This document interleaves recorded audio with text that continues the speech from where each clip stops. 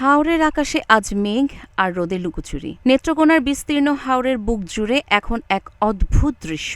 কোমর সমান পানিতে দাঁড়িয়ে কৃষকের নিরন্তর যুদ্ধ। হাতে কাস্তে, মাথায় সোনালি ধানের আঁটি, চোখে বাঁচার শেষ স্বপ্ন। টানা বৃষ্টি আর উজান থেকে নেমে আসা পাহাড়ের ঢলে এবছর হাওর ডুবেছে আগেভাগেই। অকাল বন্যায় তলিয়ে গেছে বিস্তীর্ণ বোরোক্ষেত। সেই কালো জলের ভেতর থেকেই কৃষক কুড়িয়ে আনছেন এক বছরের রক্তঘাম। কারণ এই ধানই তাদের সারা বছরের ভাত, সংসারের ভরসা, সন্তানের পাঠশালার বেতন। কাটা যেত যদি মেশিন থাকতো, হানি তো আস্তে আস্তে আইছে। কামলার অভাবে, মেশিনের অভাবে জমিটা তলায় গেছে। আর নাহলে নিচা জমিটা কাটা হইতো, মানে নিচা জমিটাই তলায় গেছে। এটাকে কাটা যায় কি না এটা বলা যায় না।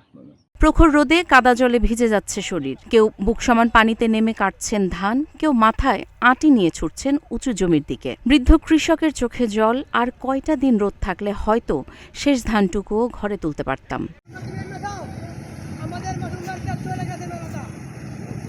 জেলার ৫ হাওর উপজেলা কেন্দুয়া, আটপাড়া, মদন, মোহনগঞ্জ আর খালিয়াজুড়ি এর কৃষকদের চোখে এখন একই দুঃস্বপ্ন।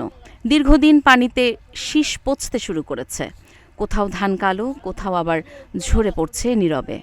এর সঙ্গে যোগ হয়েছে শ্রমিক আর হারভেস্টের সংকট। প্রতি কাঠা জমির ধান কাটতে গুনতে হচ্ছে ১ থেকে ১.৫ হাজার টাকা পর্যন্ত।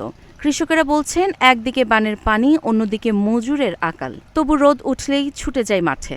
১২০০-১৩০০ টাকার নিচে হেরা কাটতো না। তখন আমরা কি করা, বুঝে হইলে কাটবো না, হলে কাটতো না। আমরা তো সাহেরি বাসন, এছাড়া কোনো বিকল্প নাই।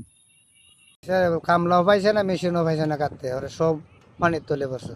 মাঠের কোণে দাঁড়িয়ে এক কৃষাণের চোখ ভিজে আসে। স্বামী আর ছেলে নেমেছে কাদা জলে। তিনি অপেক্ষায় কতটুকু ধান আজ ঘরে আসবে। কারণ এই ধান শুধু ফসল নয়, এ যেন ১ বছরের প্রার্থনা, ১ বছরের প্রতীক্ষা। তবে জেলা কৃষি বিভাগের দাবি ভিন্ন।